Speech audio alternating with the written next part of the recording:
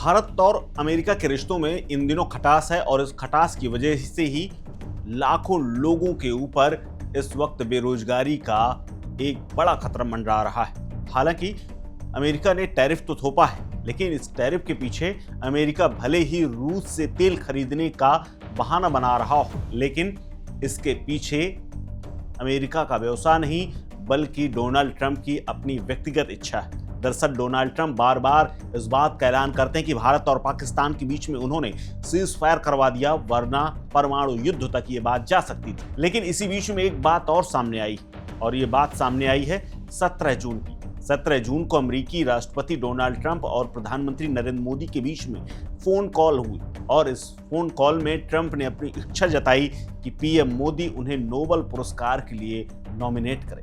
इस पर पीएम मोदी भड़क गए। दोनों नेताओं के बीच करीब 35 मिनट तक बातचीत हुई, लेकिन डोनाल्ड ट्रंप की बात पीएम मोदी को हजम नहीं हुई और पीएम मोदी ने ऐसा करने से साफ इनकार कर दिया। लेकिन पीएम मोदी ने जैसे ही इस बात से इनकार कर दिया तो भड़क गए और उसके बाद टैरिफ की न सिर्फ धमकी दी बल्कि 25 से 50% तक टैरिफ लगा दी और टैरिफ के पीछे वजह बताई कि भारत हमसे नहीं बल्कि रूस से तेल खरीद रहा है। इस फोन कॉल को लेकर के अमेरिकी अखबार न्यूयॉर्क टाइम्स ने खुलासा किया है। दरअसल एनवाईटी ने यह खुलासा किया है कि 17 जून को ट्रंप ने मोदी को फोन कॉल करके भारत पाकिस्तान सीजफायर का मुद्दा उठाया और कहा कि सैन्य तनाव खत्म कराने में उन्हें गर्व है। इस फोन कॉल में मोदी से ट्रंप ने कहा कि पाकिस्तान उन्हें नोबेल शांति पुरस्कार के लिए नॉमिनेट करने वाला है। इसका मतलब ये था कि पीएम मोदी भी ट्रंप को नॉमिनेट करें।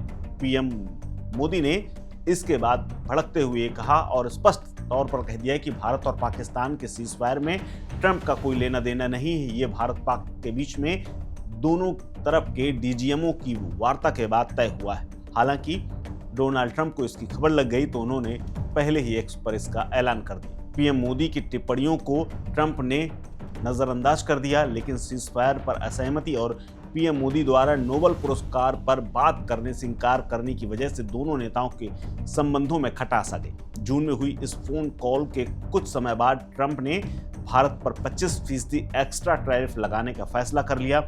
उन्होंने हवाला दिया कि भारत रूस से तेल आयात कर रहा है, जिसकी वजह से अतिरिक्त शुल्क लगाया जा रहा है। भारत पर अमेरिका अब तक 50% टैरिफ वसूल रहा है, लेकिन पीएम मोदी ने ट्रंप की बिल्कुल भी परवाह नहीं की। राष्ट्रपति ट्रंप को लेकर के एक दावा यह भी है कि ट्रंप से परिचित लोगों के अनुसार अब ट्रंप के ठंड में भारत आने की कोई योजना नहीं है, जो कि पहले ठंड के मौसम में उनके आने की प्लानिंग थी। जबकि पहले उन्होंने पीएम मोदी को बताया था कि वो साल के आखिरी में यानी दिसंबर के महीने में भारत आ सकते हैं।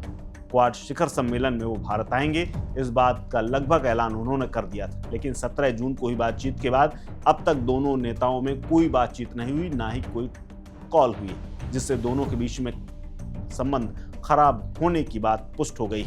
इसके अलावा न्यूयॉर्क टाइम्स ने अमेरिका और भारत में 1 दर्जन से अधिक लोगों से बातचीत के आधार पर रिपोर्ट तैयार की है, जिसमें ज्यादातर ने नाम न प्रकाशित करने की शर्त रखी है।